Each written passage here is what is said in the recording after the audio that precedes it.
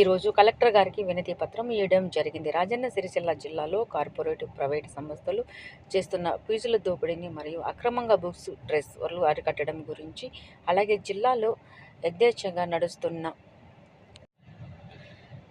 చూసి చూడనట్లు వ్యవహరిస్తున్నారు. జిల్లా విద్యాశాఖ అధికారి మరియు అధికారులపై చర్యలు తీసుకోగలరు. ఈ విషయం పైన ఇంతవరకు పట్టించుకుంటలేరు. గతంలో ఈ విషయంపై ఫిర్యాదులు డిఈఓ గారికి చేయడం జరిగింది. మేము స్వయంగా నారాయణ కార్పొరేట్ పాఠశాలలో బుక్స్, డ్రెస్సులు అమ్ముతుండగా దొరకబడడం జరిగింది. మరి విద్యాశాఖ అధికారి కంటికి కనిపిస్తలేవా? ఇలాంటివి జిల్లాలో అన్ని స్కూళ్ళల్లో నడుస్తున్నాయి.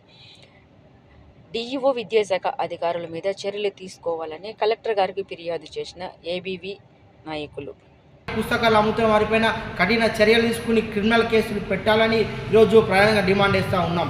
ఈ విద్యాశాఖ అధికారులు మొద్దుల నుంచి ఇప్పటికైనా లేచి వెంటనే చర్యలు తీసుకోకుంటే రానున్న రోజుల్లో జిల్లా లోపల ఈ యొక్క డిఓ కార్యాలయం ముట్టడిస్తామని ఈ సందర్భంగా హెచ్చరిస్తూ ఉన్నాం. For watching. For more updates subscribe to my channel.